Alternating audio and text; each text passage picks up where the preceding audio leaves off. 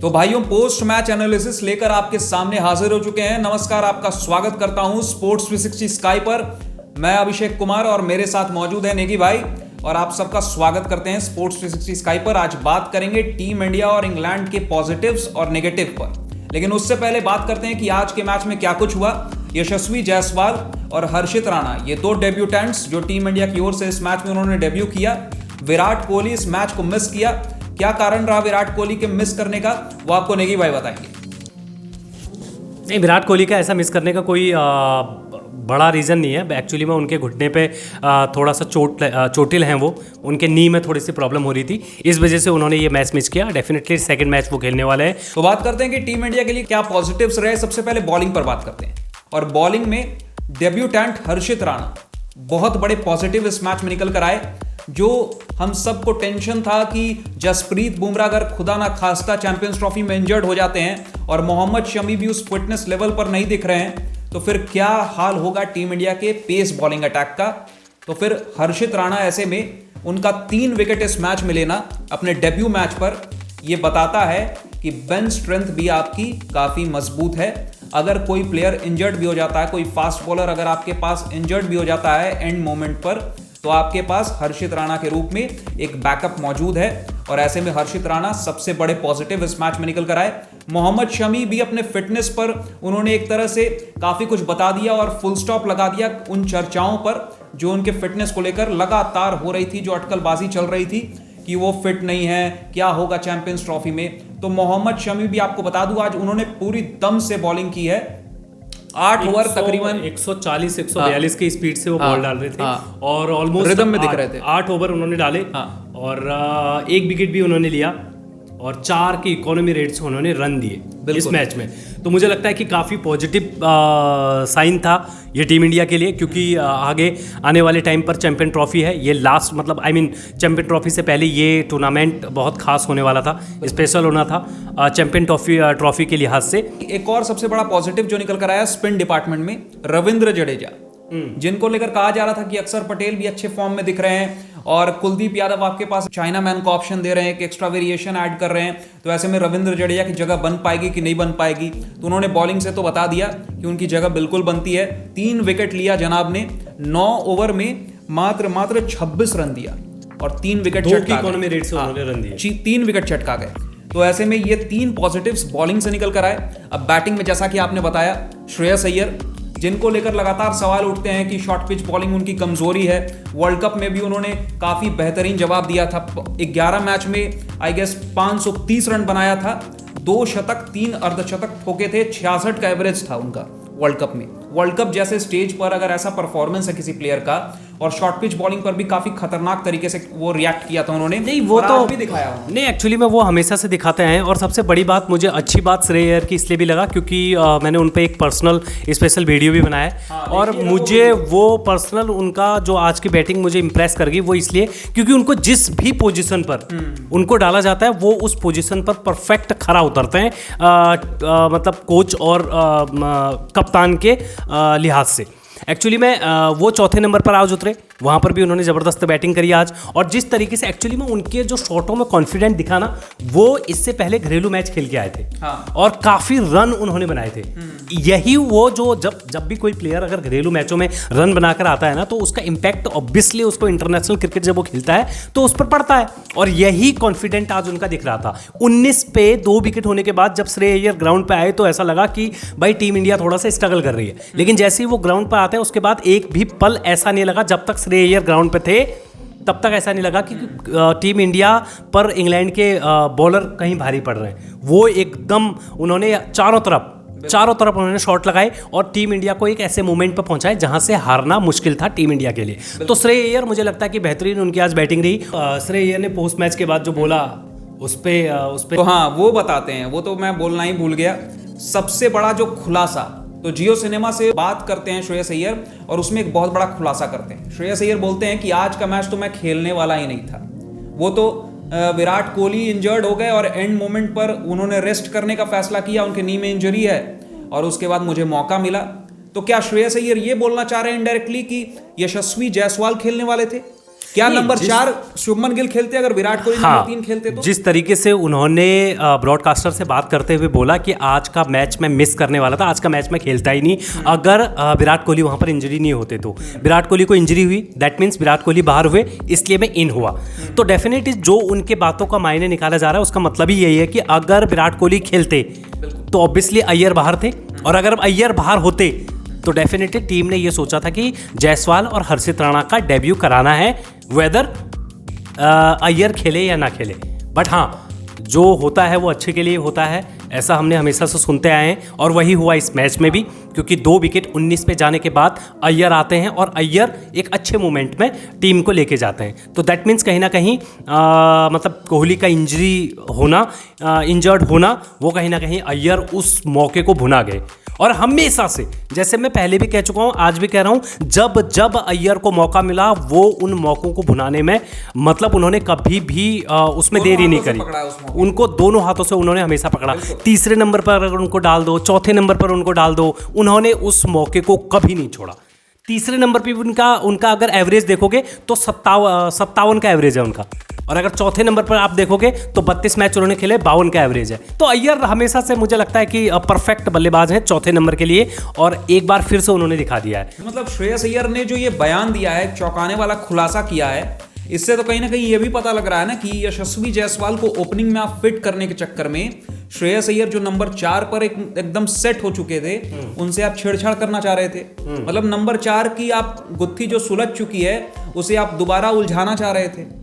मतलब यही होता ना कि यशस्वी जायसवाल को आप सेट करते ओपनिंग में, और विराट कोहली तो नंबर 3 पर खेलते ही, वो तो सेट है, तो आप क्या करते कि 3 नंबर पर जो शुभमन गिल हैं उन्हें 3 नंबर से हटा के आप ओपनिंग जो शुभमन गिल करते, तो शुभमन गिल को आप ओपनिंग से हटा के नंबर 4 पर खिलाते, तो ना शुभमन गिल ओपनर बचते, ना श्रेयस अय्यर नंबर 4 बचते, और हो जाता टीम का पूरा काम तमाम। यही होता और इससे ज़्यादा कुछ नहीं होता। ये टीम पॉलिटिक्स टीम इंडिया पर हमेशा से हावी होती आई है, और श्रेयस अय्यर ने इनडायरेक्टली ये मैसेज दे दिया है कि टीम का जो एनवायरनमेंट है वो पूरी तरह से ठीक नहीं है। उस पर बहुत बड़ा क्वेश्चन मार्क श्रेयस अय्यर ने खुद ही लगा दिया है। आपको क्या लगता है? हाँ, डेफिनेटली आप ऐसा नहीं सोच सकते ना कि अगर आज विराट कोहली ऊपर आते तो हो सकता कहीं ना कहीं फिर गिल ओपनिंग करते, वहाँ भी खराब, और यहाँ चौथे नंबर पर जिस तरीके से आज उनको मौका मिला तो वहाँ पर कोई और होता, तो शायद टीम का स्थिति अभी कुछ और होती।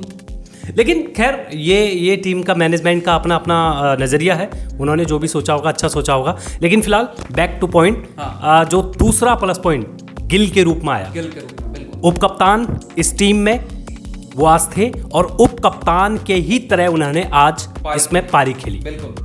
और दूसरी बात, उप कप्तानी करते हुए ये उनका पहला अर्धशतक है, तो वैसे ही उन्होंने आज पारी खेली।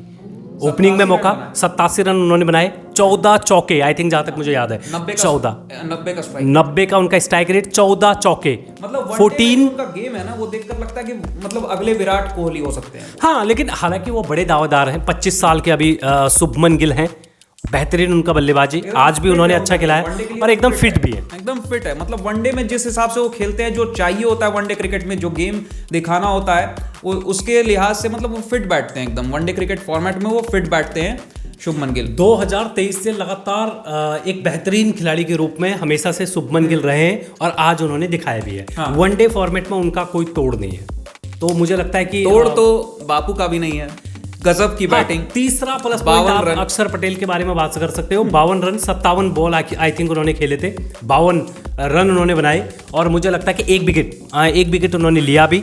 और सबसे प्लस पॉइंट ये है ना कि जब जब टीम इंडिया को संकट मोचक की जरूरत होती है, वहां अक्षर पटेल आते हैं, संकट मोचक की भूमिका निभाते हैं, और हनुमान की तरह टीम का नैया पार लगा जाते हैं। वर्ल्ड कप फाइनल याद ही होगा, टीम सेमीफाइनल, पूरा फाइनल वो सबने देखा, बॉलिंग से नहीं तो बैटिंग से, बैटिंग से नहीं तो बॉलिंग से।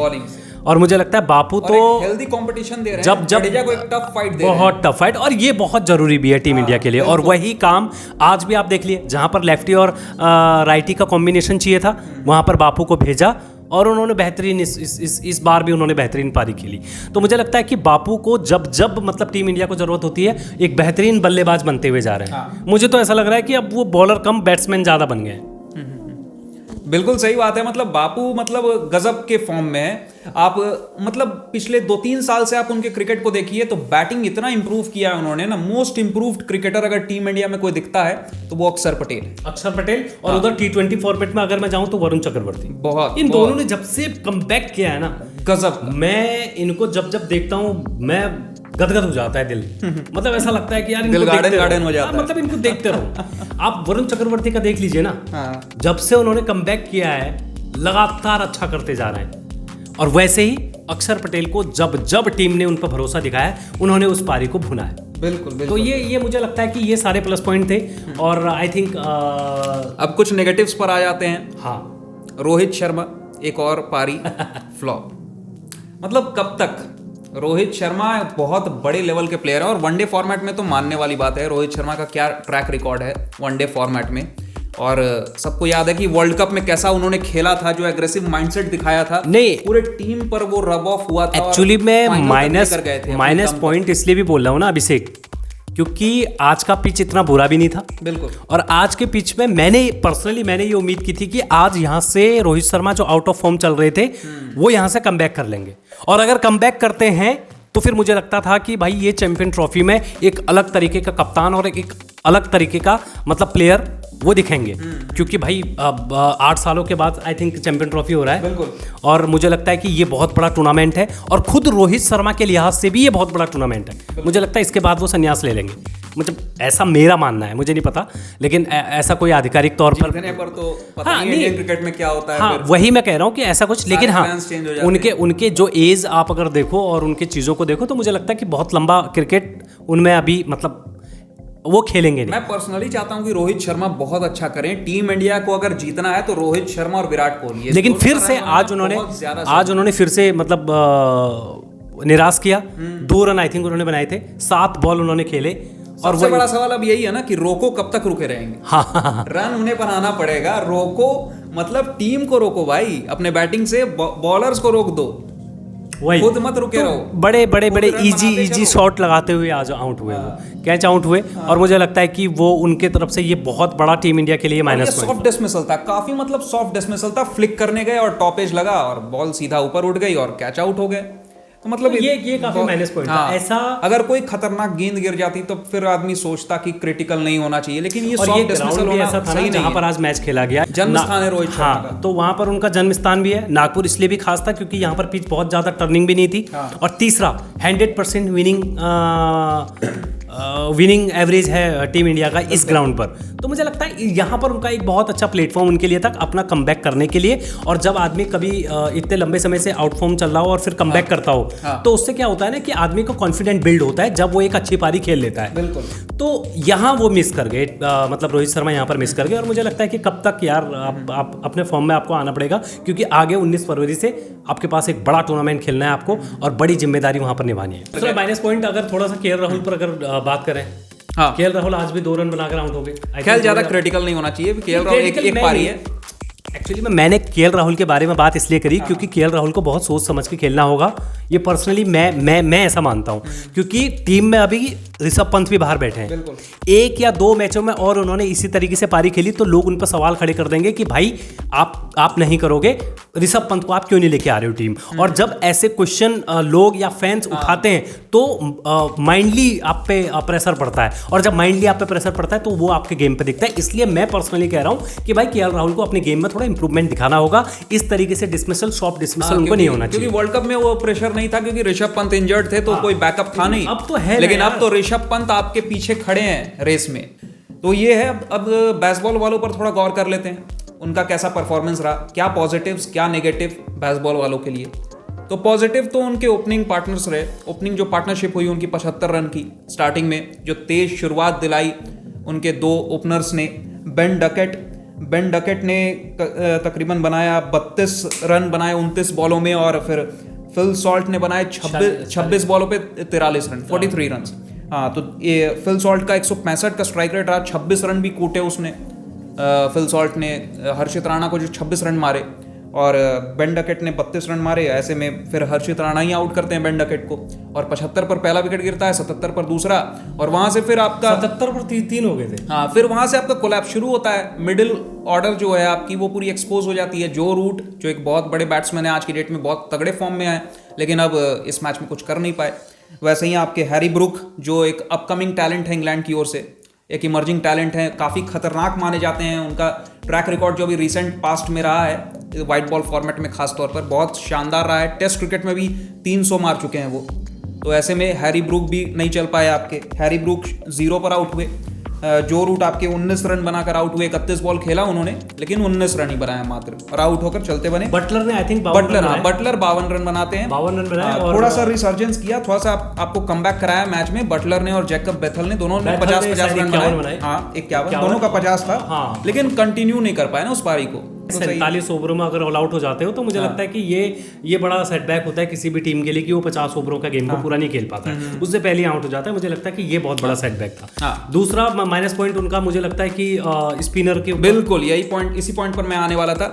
खैर आप बता ही दिए कि स्पिनर जो है उनके एक आदिल रशीद हैं जो प्रीमियम स्पिनर दिख रहे हैं, और कोई मतलब आउट एंड आउट कोई वर्ल्ड क्लास स्पिनर उनके पास है नहीं। तो मतलब एक एंड से तो आपको सपोर्ट, आपको दूसरे एंड से भी तो सपोर्ट चाहिए होता है। आदिल रशीद तो अच्छा कर गए, 10 ओवर में रशीद ने 2 विकेट, 10 ओवर में 49 रन दिए, 49 रन और 2 विकेट लिए। बहुत शानदार है उनका फिगर दिख रहा है, लेकिन कोई भी उन्हें सपोर्ट नहीं मिला। लियम लिविंगस्टन और आपके जो रूट आपके 7 ओवर फेंक जाते हैं, इससे पता लगता है कि आपके पास कोई दूसरा ऑप्शन है ही नहीं स्पिनर के रूप में। जैकब बेथल हैं, लेकिन जैकब बेथल को भी रन पड़ गए 3 ओवर में 18 रन, तो जैकब बेथल से आगे कंटिन्यू नहीं कराएगा। वो इतना इफेक्टिव कोई दिख नहीं रहा। स्पिनर है लेकिन एक अच्छा रशीद को सपोर्ट करने वाला, जैसे हमारे पास भाई चाइना मैन आपका कुलदीप है, बिल्कुल पटेल है, तो दोनों का कॉम्बिनेशन, और उधर जड्डू है, तो कॉम्बिनेशन बैठ जाता है। आपके पास उनके पास थोड़ा इंडियन टीम के पास आज की डेट में प्रॉपर ऑलराउंडर्स हैं। जो एक टाइम पर हम स्ट्रगल करते थे कि हमारे पास ऑलराउंडर नहीं हुआ करते थे, एक हार्दिक पांड्या दिखता था, लेकिन आज की डेट में हमारे पास सब प्रॉपर ऑलराउंडर हैं। चाहे आप अक्षर पटेल की बात करें, चाहे आप रविंद्र जडेजा की बात करें, चाहे आप हार्दिक पांड्या की बात करें, तीनों मतलब बॉलिंग से भी उतनी ही इफेक्टिव हैं, बैटिंग से भी उतनी ही इफेक्टिव हैं। तो ऐसा कोई इंग्लैंड में है नहीं। अब लियम लिविंगस्टन बैटिंग में तो अच्छा करते हैं, लेकिन बॉलिंग तो पार्ट टाइम ही बॉलर आप मानेंगे उन्हें। हाँ वही है। हाँ, तो वैसा ही है। जो रूट का भी वही हाल है, प्रॉपर बैट्समैन है लेकिन प्रॉपर बॉलर तो है नहीं। तो कुल मिलाकर यहाँ पर ये कहा जाए कि भाई T20 में पहले धोया, उसके बाद आज वनडे का पहला मैच बिल्कुल खेला और उसमें भारत ने जीत हासिल करी, फिर से धोया इंग्लैंड को। Shreyas a big yes for champions trophy. नहीं, डेफिनेटली। फिलहाल इस वीडियो में बस इतना ही।